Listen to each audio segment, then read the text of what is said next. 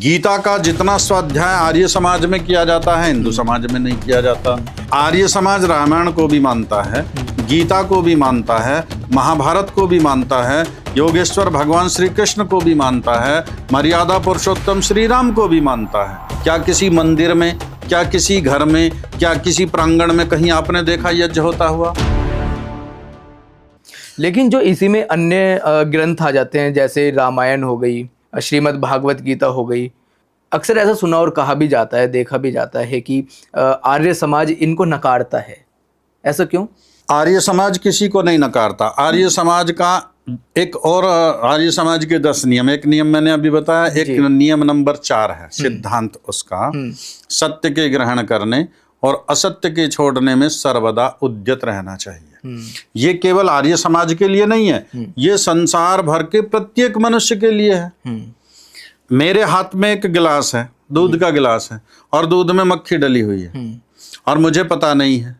मैं आपसे चर्चा भी कर रहा हूँ, बात भी कर रहा हूँ, और बीच बीच में पी भी रहा उसका दूध भी हम एक एक घूंट पी रहे हैं, कर रहे हैं जी। अभी पता नहीं सत्य क्या है, असत्य क्या है। अब जैसे ही देखा, अरे गिलास में तो मक्खी पड़ी हुई है, अब तुरंत रख दिया। अब ऐसा नहीं होगा 2 घूंट और भर लूं उसके बाद रख दूंगा। इसका नाम है कि सत्य के ग्रहण और असत्य के छोड़ने में सर्वदा उद्यत रहना चाहिए। आर्य समाज रामायण को भी मानता है, गीता को भी मानता है, महाभारत को भी मानता है, योगेश्वर भगवान श्री कृष्ण को भी मानता है, मर्यादा पुरुषोत्तम श्री राम को भी मानता है सब। लेकिन इनसे जुड़ी जो जो भ्रांतियां हैं उनका निराकरण करता है, उनको अस्वीकार करता है। भ्रांतियां किस प्रकार की हैं? भ्रांति इस प्रकार की, जैसे मर्यादा पुरुषोत्तम श्री राम को, योगेश्वर भगवान श्री कृष्ण को हमारे हिंदू समाज में ईश्वर का अवतार माना जाता है। जी जी। आर्य समाज उसको अस्वीकार करता है। जी बिल्कुल। आर्य समाज उन्हें अपने महापुरुष के रूप में मानता है और उनका आदर सम्मान सत्कार करता है। प्रत्येक उत्सव में उनके चित्र भी लगाए जाते हैं, उनके जय घोष भी लगाए जाते हैं। मर्यादा पुरुषोत्तम भगवान श्री रामचंद्र की जय हो, योगेश्वर भगवान श्री कृष्ण की जय हो।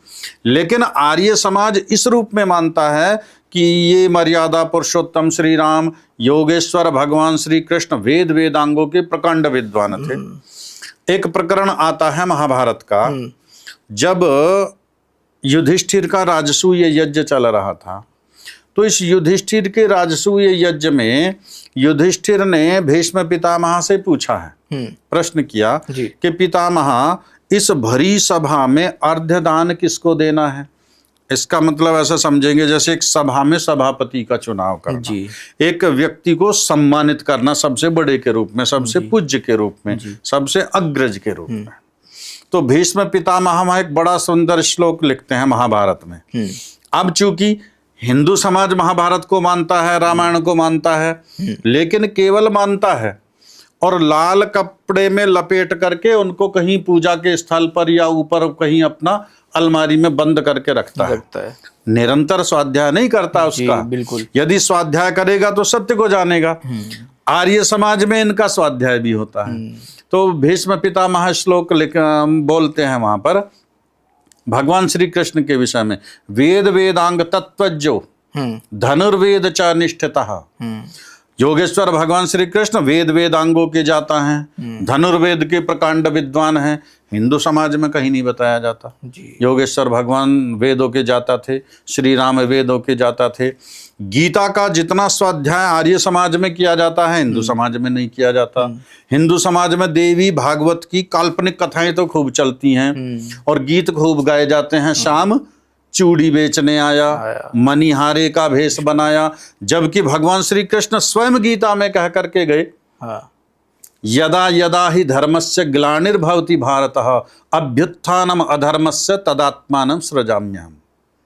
जब जब धर्म की हानि होगी तब तब मैं इस धरती पर आऊंगा, तब तब मैं इस धर्म का विनाश करूंगा, दुष्टों का संहार करूंगा, सत्पुरुषों का उद्धार करूंगा, उनकी रक्षा करूंगा। आज हमने जो प्रचारित कर रखा है समाज में, जो हमारा हिंदू समाज है, उन्होंने क्या प्रचार कर रखा है? शाम चूड़ी बेचने आया है। आने वाली जो संतति है हमारी, जो छोटे छोटे बालक हैं हमारे, अभी जन्माष्टमी का पर्व अब आने वाला है। जी जी जी जी जी। तो अब इस जन्माष्टमी ये पूरे भारत में और पूरे विश्व में मनाया जाएगा योगेश्वर का जन्मदिन। बिल्कुल। योगेश्वर भगवान श्री कृष्ण ने महाभारत जैसे युद्ध के समय में भी कभी प्रातः साय की ना तो संध्या का उन्होंने उल्लंघन किया, ना कभी एक दिन ऐसा गया कि उन्होंने यज्ञ न किया। जिस दिन अभिमन्यु का वध हुआ, उनका सबसे प्रिय भांजा ही तो था इनका, जी, और बहुत प्रिय था। अर्जुन के साथ बैठकर उस दिन भी उन्होंने यज्ञ किया, भगवान श्री कृष्ण ने उस दिन भी यज्ञ किया। अब जो ऐसे महापुरुष का जब हम जन्मदिन दिवस मनाएंगे, क्या किसी मंदिर में, क्या किसी घर में, क्या किसी प्रांगण में कहीं आपने देखा यज्ञ होता हुआ? इसी तरह की और शॉर्ट क्लिप देखने के लिए चैनल अभी सब्सक्राइब करें।